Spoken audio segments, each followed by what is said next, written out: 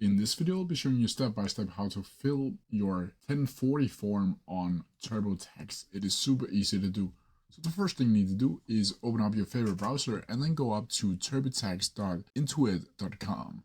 Then from here, it should look something like this. From here, you'll need to either sign up with a new account or sign in on your already existing account. If you choose sign up, you'll need to answer a bunch of different questions that can take a lot of time, so keep that in mind once you register for TurboTax. Once you're inside of the dashboard, you will need to go over to the left-hand menu and go over to where it says Federal. Then from here, you'll need to go down to Wages and Income. From here, you'll need to click Add W2. Here you'll be able to import it directly into TurboTax or enter it manually. Once you've done that, you'll need to check that your W2 info matches the paper form exactly. And when it's done, you'll need to click continue. If you have several W2s or more jobs, you can go down in the button and click add another W2 and TurboTax adds another everything together automatically. And that's how you do it. If you have any questions about it, please leave them down in the comment section below and I'll try my best to answer them as quickly as possible.